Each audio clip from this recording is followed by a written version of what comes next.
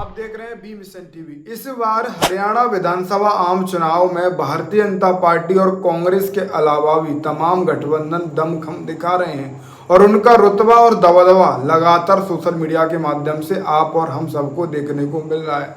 हम बात करेंगे बहुजन समाज पार्टी और इनेलो गठबंधन की और साथ ही साथ जेजेपी और आजाद समाज पार्टी के सांसद मुखिया चंद्रशेखर आजाद ने जो जेजेपी के साथ गठबंधन किया है उस गठबंधन के बारे में। फिलहाल कांग्रेस और भारतीय जनता पार्टी लगातार हरियाणा विधानसभा आम चुनाव में बैकफुट पर दिखाई दे रही है। जहां तक मेरे पास जो रिपोर्ट आ रही है, मैं अपने जानकार जो सलाहकार लोग हैं उनसे बातचीत कर रहा हूं, हरियाणा में जो भी हमारे जानने वाले लोग हैं जिनसे बात कर रहा हूं, तो वो साफ साफ कह रहे हैं कि इस बार कुछ नया हरियाणा में होने वाला है। हरियाणा में क्या नया होने वाला है वो दो ही गठबंधन के बीच हुआ, इनेलो बसपा या फिर आजाद समाज पार्टी या जेजेपी पार्टी का बीच जो गठबंधन बना है। ये जो दो गठबंधन है ये लगातार मेहनत कर रहे हैं, ग्राउंड लेवल पर दोनों ही गठबंधन डटे हुए हैं। अब ये देखने को होगा कि हरियाणा की जनता किस गठबंधन को अपना आशीर्वाद देती है। सांसद चंद्रशेखर आजाद भी गली गली गांव मोहल्ले पहुंच रहे हैं, अपने लोगों को समझा रहे हैं और बता रहे हैं कि इस बार आप हमें जेजेपी और एएसपी को मौका दीजिए। और इसी बीच बहुजन समाज पार्टी के नेशनल कोऑर्डिनेटर आकाश आनंद भी लगातार बच्चों के बीच जा रहे हैं, खिलाड़ियों के बीच जा रहे हैं, उनके साथ खेलने लग जा रहे हैं। आकाश आनंद का अलग ही अंदाज इस चुनाव में देखने को मिल रहा है। दोनों ही युवा बहुजन नेता मैदान में उतरे हुए हैं, अलग अलग गठबंधन से उतरे हुए हैं, ये भी बड़ी दुख की बात है। पर समाज किसको स्वीकार करेगा ये एक बड़ी बात है। समाज इस हरियाणा विधानसभा आम चुनाव में दोनों जो दलित युवा नेता हैं मैदान में हैं। आकाश आनंद भी हैं, अपनी बीएसपी पार्टी का वजूद बचाने के लिए मैदान में उतरे हुए हैं। चंद्रशेखर आजाद भी नगीना लोकसभा सीट से जीत के बाद हरियाणा में अपने प्रत्याशी और अपने गठबंधन के प्रत्याशियों के समर्थन में उनके लिए वोट मांग रहे हैं और वो इंतजार कर रहे हैं कि इस बार मेरी ताकत हरियाणा में भी दिखाई दे।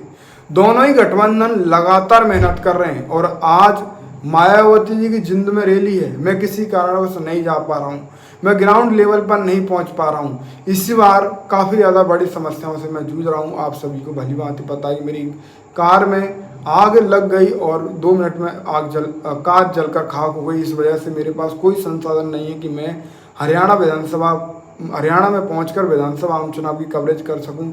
आपके बीच ग्राउंड लेवल से जो उठापटक हो रही है राजनीतिक, वो मैं आपके बीच रख सकूँ। चंद्रशेखर आजाद किस तरीके से रोड शो कर रहे हैं उसकी कवरेज नहीं कर पा रहा हूँ। बीएसपी के नेता क्या कुछ कर रहे हैं ये सब मैं नहीं देख पा रहा हूँ, क्योंकि मेरा जो प्लान था सीधा बुलंदशहर से मीरापुर सीट पर जाकर कवरेज करने के बाद सीधा हरियाणा ही जाने का था। अगर कार सही सलामत होती, ये घटना नहीं हुई होती, तो मैं आज हरियाणा में होता। पर अफसोस की बात है कि आपके बीच खबर पहुंचा रहा हूं और मैं कोशिश कर रहा हूं कि बहुत जल्द कैसे भी बस ट्रेन से हरियाणा पहुंचें और खुद जुगाड़ कर रहे हैं, पर कहीं भी कामयाबी नहीं मिलती हुई दिखाई दे रही है। इसीलिए हम आपके बीच जो जानकारी है स्टूडियो के माध्यम से अपने लोगों से लेकर आपके बीच रख रहे हैं। फिलहाल सांसद चंद्रशेखर आजाद का जो गठबंधन है जेजेपी के साथ और एएसपी का जो गठबंधन है वो लगातार मजबूत स्थिति में दिखाई दे रहा है। बस बड़ी बड़ी गाड़ियों से वहाँ प्रचार चल रहा है। बस को लेकर चंद्रशेखर आजाद एक बस रथ के टाइप में लेकर उसको मैदान में उतरे हुए हैं। आकाश आनंद ने भी एक रथ बनवा लिया है, चुनावी रथ, वो भी आप स्क्रीन पर देख रहे हैं। तो हरियाणा का जो चुनाव है वो बहुजन की तरफ बढ़ता हुआ दिखाई दे रहा है और हरियाणा में 22% दलित वोटर है जो कि किसी भी सरकार को बनाने और गिराने में अहम भूमिका निभा सकता है। और हो सकता है इस बार हरियाणा में दलित मुख्यमंत्री देखने को मिल जाए, कुछ ऐसा हो कि दलित मुख्यमंत्री हरियाणा में देखने को मिल जाए। हरियाणा में दलित मुख्यमंत्री की डिमांड काफ़ी ज़्यादा हो रही है। कुमारी शैलजा का जो अपमान हुआ है उस अपमान का बदला भी लेने का दलित समाज मन बना लिए हुए। भले ही कांग्रेस की जो नेता है कुमारी शैलजा वो कहें कि मेरे रगों में कांग्रेस का खून दौड़ रहा है, अपने स्वाभिमान को बेच कर बोले, तो इससे समाज को खासा कोई फर्क नहीं पड़ता। समाज अपने इज्जत स्वाभिमान को जिंदा रखने के लिए कुमारी शैलजा के अपमान का बदला लेगा, शैलजा का भी साथ छोड़ेगा, क्योंकि उन्होंने कहा कि कांग्रेस की खून दौड़ता है। तो इस तरीके से तमाम बातें कही हैं। फिलहाल हरियाणा की राजनीति किस ओर करवट लेगी ये तो चुनावी रिजल्ट के दिन मालूम पड़ेगा, पर हरियाणा में कांग्रेस और भारतीय जनता पार्टी का चुनाव नहीं है। इस बार हरियाणा में चार तरफ चुनाव बढ़ चुका है। कांग्रेस, भारतीय जनता पार्टी, इनेलो और बीएसपी और जेजेपी और एएसपी, ये 4 मुख्य पार्टियां, ये 4 जो गठबंधन है, ये हरियाणा में मजबूती दिखा रहे हैं। फिलहाल आपको क्या लगता है कि हरियाणा में कौन किस तरीके से किस पर भारी पड़ेगा? आप क्या सोच पा रहे हैं इस पूरे राजनीतिक घटनाक्रम पर? आप अपनी राय कमेंट में दें। आप देख रहे थे बी मिशन टीवी।